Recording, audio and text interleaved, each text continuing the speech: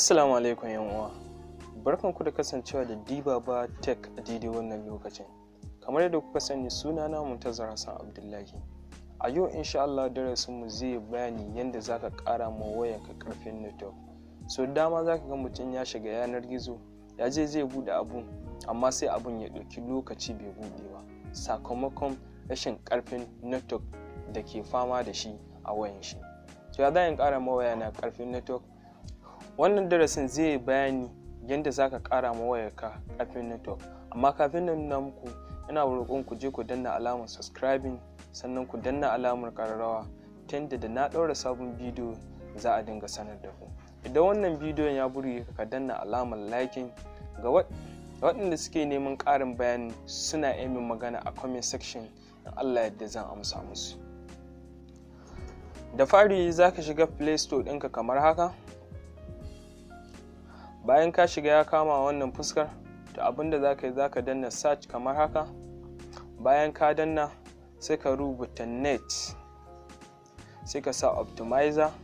In kun kula gashi na ya fito a sama, za mu danna search kamar haka. Zai yi searching. Bayan ya buɗe ya kama wannan fuskar, in kun kula a nan mutum 188 suka yi reviewing ɗin shi, sannan kuma MB 7 yake ci. Sannan a nan in kun kula an shekara 3 zuwa sama shi zai yi downloading ɗi ne.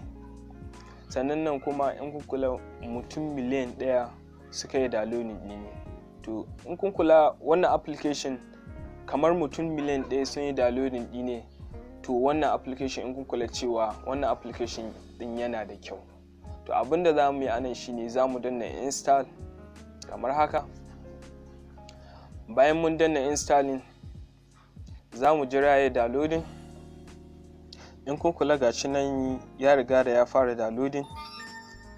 Za mu jira ya ɗan yi downloading, ya danganta yadda network ɗinka yake.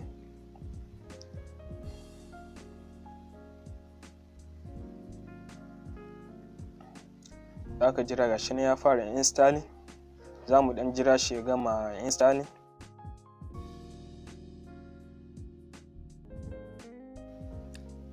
Bayan mun danna ya kawo mana wannan fuskar, to abinda za mu yi anan shine za mu danna wurin nan, za mu sa mark kamar haka nan. Mun yadda da dokokin su ko mun yadda da sharuɗan su.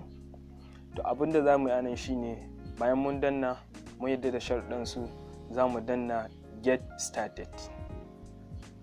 Bayan mun danna ya kawo mana wannan fuskar, to abinda za mu yi anan shine za mu danna wannan wurin, za mu ƙara danna shi, sai mu sa get started. Bayan mun danna ya kawo mana wannan fuskar, to abinda yake nufi anan shine za mu ba wannan application dama domin ya fara aiki. Shine za mu danna enable. Bayan mun danna ya kawo mana wannan fuskar, to abinda za ka yi anan shine za ka danna activate, ma'ana ka kunna wannan application ya fara aiki. Zai scanning.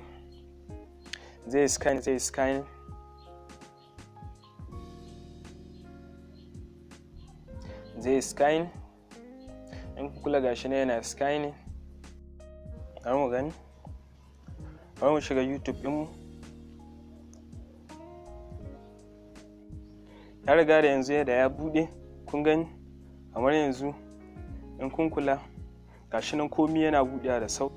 In kun kula gashi nan, kun kula komi gashi nan yana buɗewa da sauri. In kun kula duba ku gani komi yana buɗewa. In kun kula gashi nan yana buɗewa da sauƙi, gashi nan yana buɗewa da sauri. Gashi nan in kun kula gashi nan komi na buɗewa da sauƙi. Ina fatar kun fahimci abin da nake nufi. Da haka kada ku manta da danna alamar liking, sannan ku yi share ga sauran 'yan uwanku. Kuma kada ku sake mantawa, like ɗinku da comment ɗinku shi zai sa wannan bidiyon ne kai ga wasu domin su amfana. Da haka na gode da wannan ziyartar channel tawo. Allah ya bar zumunci.